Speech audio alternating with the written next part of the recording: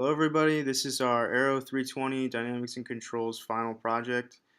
This project is presented by Alan Foz, Giovanni Guerrero, and Ian Vaca. So basically the dynamic system we chose for our experiment was a quadrotor helicopter or quadcopter.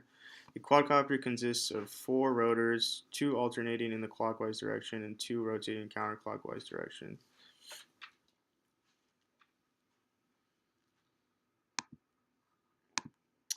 As you can see here, our quadrotor helicopter is basically in an X-shaped configuration. We measured the mass to be approximately 1.5 kilograms, while the propeller diameter was about 20 centimeters. Displayed below is a block diagram of our system. The system consists of the main microcontroller, 4 electronic speed controllers, 4 motors, a receiver, the sensors, basically accelerometer and gyroscope, and the battery. The governing equations of motion for the quadcopter are basically the sum of the forces and sum of the moments in each of the x, y, and z directions. Pictured are the general form as well as the state space form of these equations. In terms of continuous or discrete, we found to see that the quadcopter is a continuous dynamic system. This means that the value or states of the system change continuously over time, and displayed is the state vector of a quadcopter. Basically, the inputs of the system consist of accelerometer and gyroscope values, which determine stability, and in terms of control, throttle, rudder, elevator, and aileron are the inputs, or pulse width modulated values sent from the transmitter to the receiver. In terms of the outputs of the system, the speed or pulse width modulation values from the microcontroller to the speed controllers are sent in order to vary the speed of the motors, and the voltage is varied from the speed controllers in order to achieve that change in speed.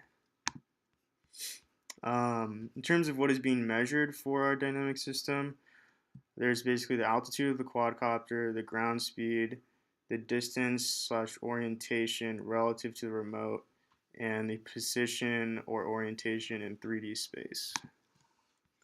The feedback form used for our controller consists of a PID feedback.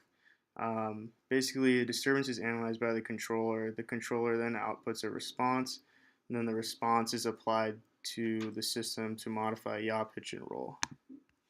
Displayed is a diagram of a PID feedback loop. It's basically a 3-term control loop found commonly in industrial applications.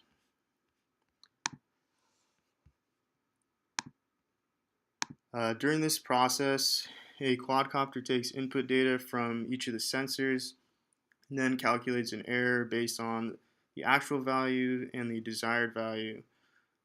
These error values are then fed into the PID feedback loop, which will, according to a gain, output a pulse width to the speed controllers, varying the motor speed to achieve a desired position. The performance metrics involved with the quadcopter, basically we can tune the gain of each of the P, I, and D terms, the proportional, integral, or derivative terms, to achieve desired performance or response. The integral term influences precision of the angle measured, while the derivative term acts as a dampener. And the coordinate frames used by the quadcopter include the local horizontal earth frame and the inertial frame, which is attached to the quadcopter.